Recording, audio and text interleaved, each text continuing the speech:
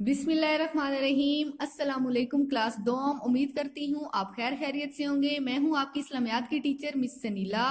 उन्वान है हमारा आज का नमाज के औकात। ज़ेली उन्वान है पढ़ाई, सफ़ा नंबर 36। दिन मंगल, तारीख है 26 जनवरी 2021 और लेक्चर नंबर 17। बच्चों अपनी किताब का सफ़ा नंबर 36 खोल लें। बच्चों सफ़ा नंबर 36 आपने खोल लिया। जल्दी से दिन और तारीख नोट कर लें। दिन है मंगल और तारीख है 26 जनवरी 2021।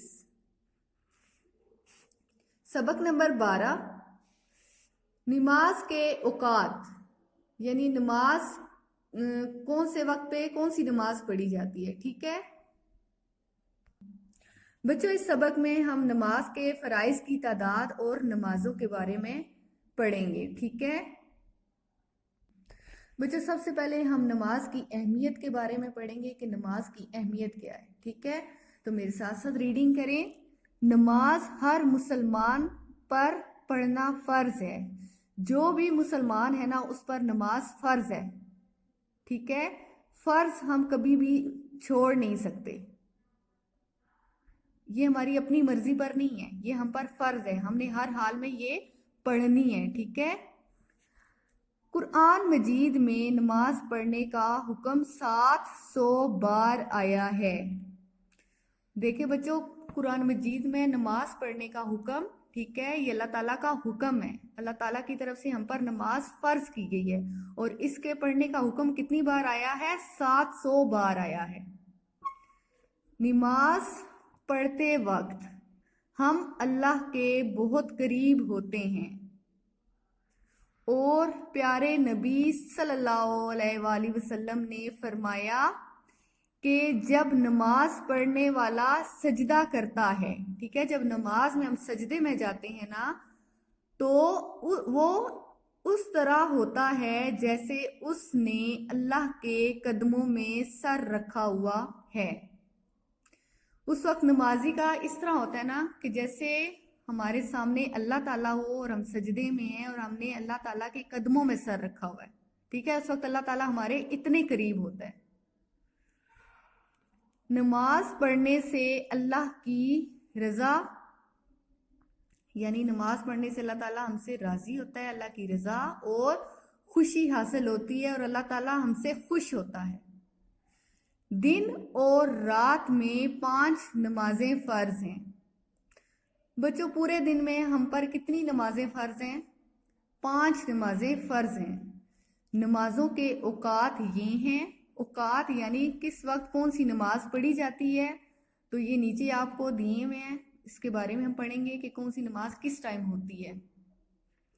जैसे फजर, सुबह की नमाज, सुबह सूरज निकलने से पहले। ठीक है, फजर की नमाज सूरज निकलने से पहले, सुबह के टाइम, जिसे हम सहरी का वक्त भी कहते हैं। ठीक है, उस वक्त फजर की नमाज होती है। जोहर, सूरज सर के ऊपर आने के बाद, जिससे जवाल कहते हैं, ये दोपहर का वक्त होता है। दोपहर का वक्त यानी आधा दिन। ठीक है बच्चों, तो उस वक्त कौन सा टाइम होता है? जोहर की नमाज का टाइम होता है। असर, सपहर से सूरज के डूब जाने से पहले तक। बच्चों, जब तक डूब नहीं जाता ना, जोहर के बाद असर का टाइम होता है, सूरज डूब जाने से पहले तक। मगरिब, सूरज के डूब जाने के फौरन बाद, जब सूरज गुरूब हो जाता है उसके साथ ही मगरिब की नमाज का टाइम हो जाता है। ठीक है, इशा, रात का अंधेरा मुकम्मल छा जाने के बाद, जब मुकम्मल रात हो जाती है तो उस वक्त किस नमाज का टाइम होता है?